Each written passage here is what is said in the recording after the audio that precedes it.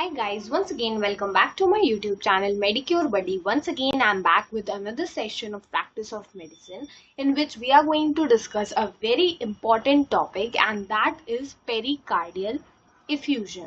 Friends, I've already made video on many topics of practice of medicine. अगर आपने वो नहीं देखा है तो आप उसको देख सकते हैं जाकर प्लेलिस्ट सेक्शन में। अब हम डिस्कस करना स्टार्ट करते हैं। क्या? Let's start discussing pericardial effusion. ठीक है, तो पेरिकार्डियल इफ्यूजन है क्या? This occurs when fluid accumulates in the intraperitoneal space. जैसा कि मैंने आपको प्रीवियस वीडियो में बताया था कि जो हार्ट है उसके साइड में विसरल पेरिकार्डियम होता है एंड उसके भी साइड में एक लेयर होती है पेराइटल पेरिकार्डियम की। ठीक है, तो ये जो विसरल पेरिकार्डियम और पेराइटल पेरिकार्डियम के बीच की जो जगह है, this is the peritoneal cavity. और यहाँ पर जो इंट्रापेरिटोनियल स्पेस है उधर अगर फ्लूइड का अक्यूमुलेशन हो जाए then we call it pericardial effusion. Now यहाँ पर किस वजह से हो सकता है? कई बार विद और विदाउट एविडेंस हो सकता है इन्फ्लेमेशन का, कई बार पेरिकार्डाइटिस के साथ भी हो सकता है। लास्ट लेक्चर में हमने ये पढ़ा था। अब हम आ जाते हैं पैथोलॉजी के ऊपर। तो बेसिकली जो पेरिकार्डियल फ्लूइड है वो कितना होना चाहिए? That should be 25 to 50 ml। ठीक है, इतना नॉर्मल है। ये हमने प्रीवियस लेक्चर में भी देखा है। देखिए मैं आपको दिखा देती हूँ। 25 to 50 ml is the normal जितना पेरिकार्डियल फ्लूइड होना चाहिए। बट अगर पेरिकार्डियल फ्लूइड का वॉल्यूम बढ़ जाता है उससे, जैसे पेरिकार्डियल इफ्यूजन में उसका volume can even rise to 200 millilitre as well. तो ये जो कंडीशन हो जाती है, इस चीज को हम क्या कहते हैं? We call it pericarditis. Now the fluid में बी एन एक्सुडेट और ट्रांसुडेट और मे कंटेन ब्लड और पस और काइल। ठीक है, तो फ्लूइड जो है वो एक्सुडेट भी हो सकता है, ट्रांसुडेट भी हो सकता है, उसमें पस भी हो सकता है, ब्लड भी हो सकता है। ठीक है, and Kyle can also be present. ठीक है, अब हम आ जाते हैं इसके क्लिनिकल फीचर्स पर। तो अगर पेरिकार्डियल फ्लूइड में पेरिकार्डियल इफ्यूजन है तो क्या होगा? डिस्निया की प्रॉब्लम होगी। ठीक है, बिकॉज वो जो फ्लूइड है वो कहीं ना कहीं लंग को कंप्रेस करेगा और उसकी वजह से डिस्निया हो सकता है।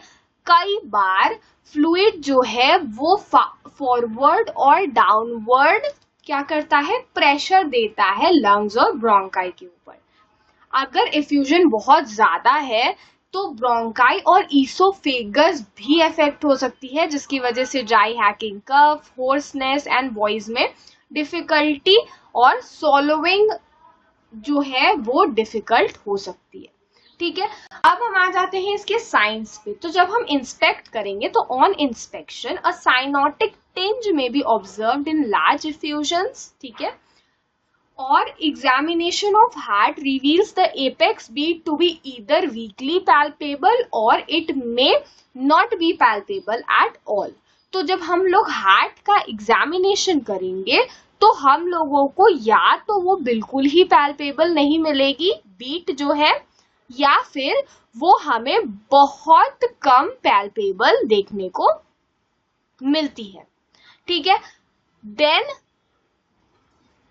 मूव ऑन करते हैं आगे। तो देखिए यहाँ पर लिखा हुआ है बल्जिंग ऑफ पेरिकार्डियम। आपको पेरिकार्डियम में बल्जिंग भी ऑब्जर्व होती है एंड जीफी स्टर्नम के पास भी जो लोअर मोस्ट पार्ट होता है स्टर्नम का, वहां पर भी बल्जिंग देखने को मिल सकती है। परकशन अगर आप करोगे हार्ट का तो आपको कार्डियक डलनेस मिल सकती है। ठीक है, और बैक से परकशन करोगे तो आपको इवार्ट साइन मिल सकता है।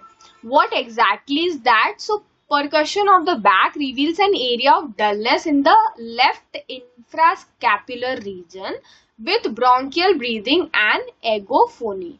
ठीक है, तो जब ब्रोंकियल ब्रीदिंग करने के लिए आप पर्सन को बोलोगे और उसका बैक परकस करोगे तो आपको लेफ्ट इंफ्रास्कैपुलर, दैट मीन्स स्कैपुला के नीचे वाले रीजन में आपको एरिया ऑफ डलनेस ऑब्जर्व होता है। और ये एरिया ऑफ डलनेस क्या होता है? Ewart sign. So this can be asked as a question in PG as well कि इवार्ट साइन आपको कौन से क्लिनिकल कंडीशन में मिलती है? So that is pericarditis.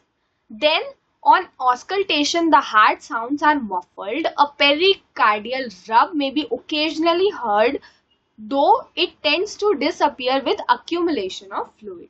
तो pericardial rub सुनाई देता है. Okay. Then pericardial effusion के जो features हैं वो है silent precordium, tachycardia मिलेगा, evart sign and muffled heart sounds that we have already seen.